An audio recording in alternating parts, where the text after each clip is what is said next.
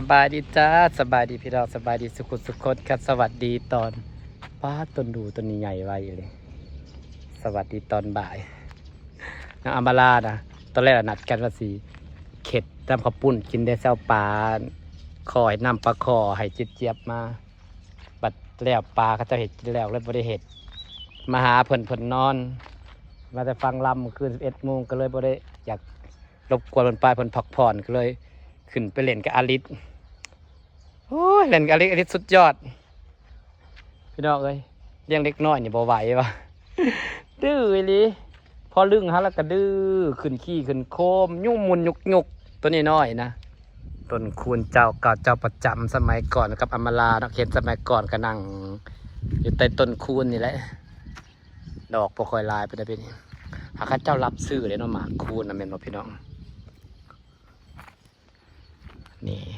ต้นไม้ก็กำลังเริ่มเขียวฝนตกฝนตกไฟก็กำลังเริ่มเขียวพี่น้องมันสูงเลยต้นนี้นะนางกับกำแพงเข้มเพื่อนนางน่ะกำแพงหนาบ้านนางเซลสูงแบบนี้แหละนี่เอาสูงคือต้นอันนี้นี่เอาสูงแบบนี้เลยขนาดจะประมาณ4 เมตร1 2 3น่าจะ4 เมตรเพราะว่าเป็นกำแพงสูงบันแนมันสีเด่นนะเนี่ยมันคือที่ต้นดอกแก้วนางกันใหญ่ต้นหนึ่งเลยเก็บขวดเพชรจุลินทรีย์นะ1 เมตร 2 เมตร 3 เมตร 4 เมตรเอาสูงหักคอยว่ากันความเขียวนี่ความเขียวกับความหนากับความอันนี้นะคอยว่าสู่ไส้เกาหลีบ่ได้ปะมันอยากเป็นก่างก่อนเนาะมากงามคนละแบบนะก็ไส้เกาหลีอะครับมันออกใบมันหนามันเป็นพุ่ม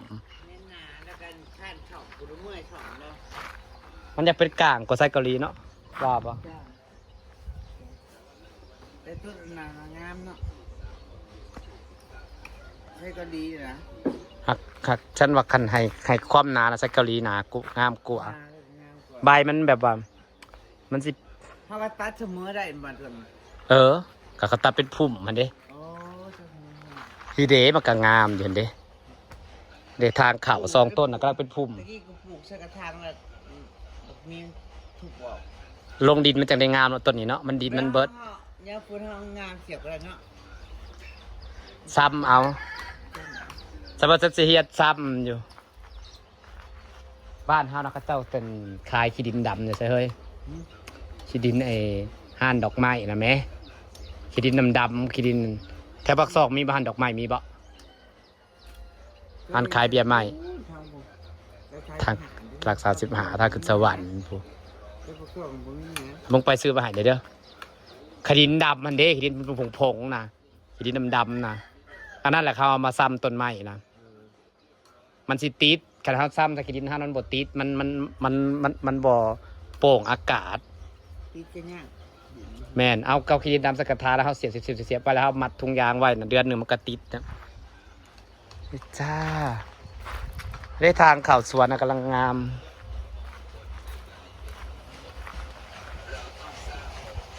ใส่กะหรี่ใบบรรณาไปเบิ่งปั่นกาแฟกระแลมกันปั่นได้มือสักถังมือหนึ่งในปั่นจากถังปั่น2 หม้อ50 โลมันเคยมาเบิ่งเชื่อในวิธีปั่นนะปั่นได้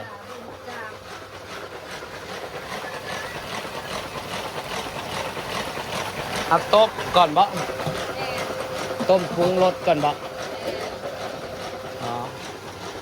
ปรุงรสแล้วก็มาปั้นให้มันแข็งบ่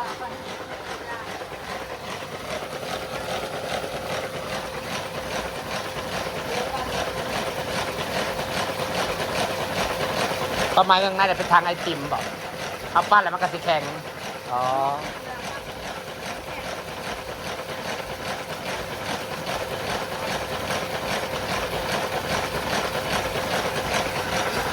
ธุรกิจสวรรค์โอ้ได้เงินย้อนเด้อมือละปั่นน้ำกระบอกทันยามนี่นะขายได้หมด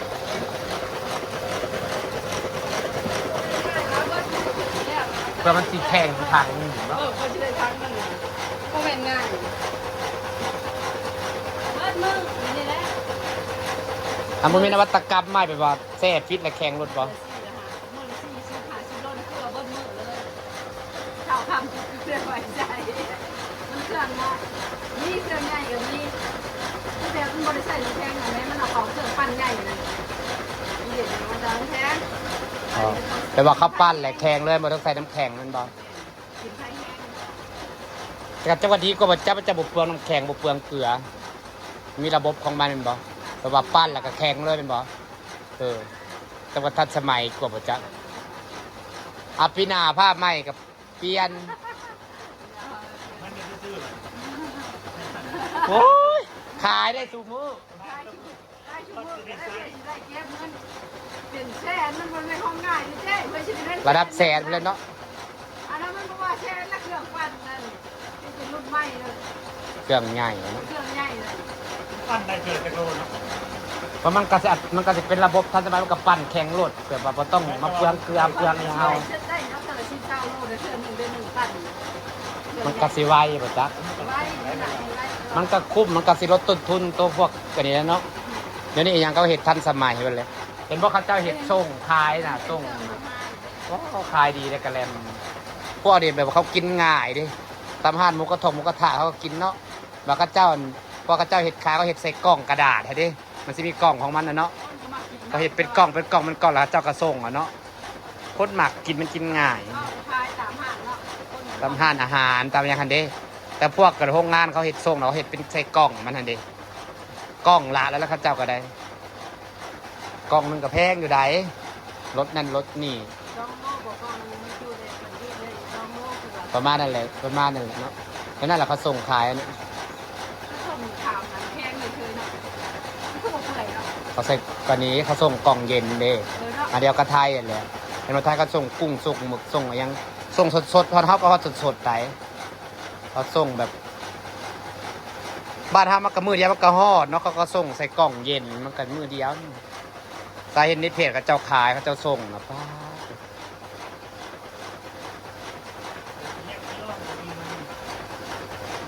โอ้มันสิใช่ยังบ่พอ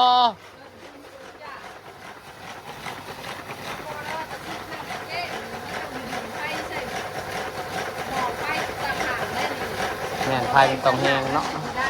ไฟต้อง แต่ แห้ง นี่ยังมันไฟบนเทิงเลยนะ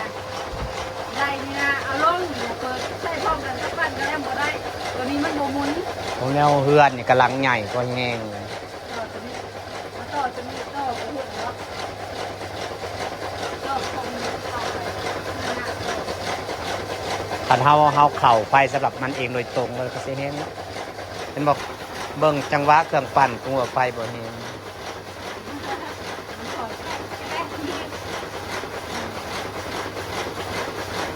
ปั่นความเย็นเข้าไปพี่น้องก็จะได้เป็นกระแลบมันง่ายอ้าย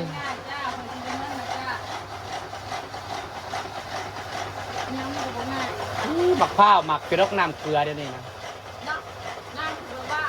มันหมักเข้มหมักข้าวนี่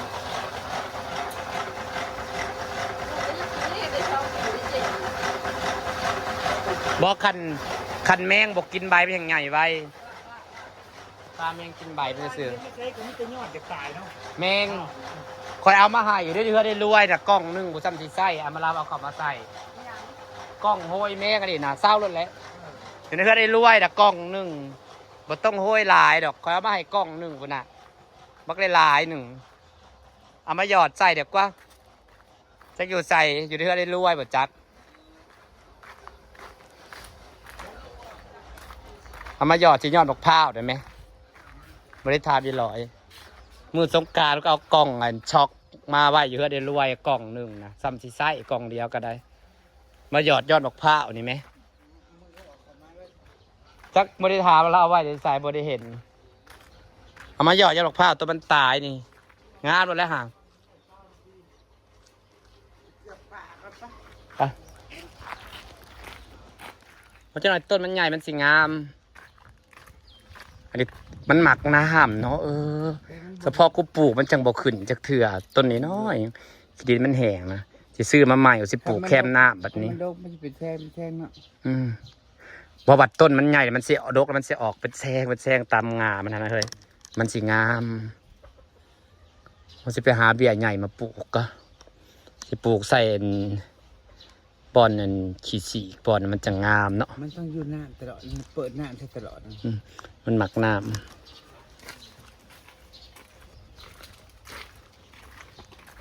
ถาจิบก้อยกระปอน้ำเผาอ้อยพี่น้องจะพากันไปเบิ่งสวนกัน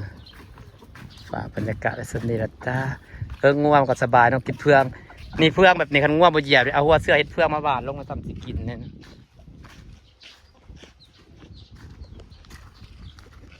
เฮ็ดจ้าฝากบรรยากาศและสนิทพี่น้องขอบคุณทุกคนนะจ้า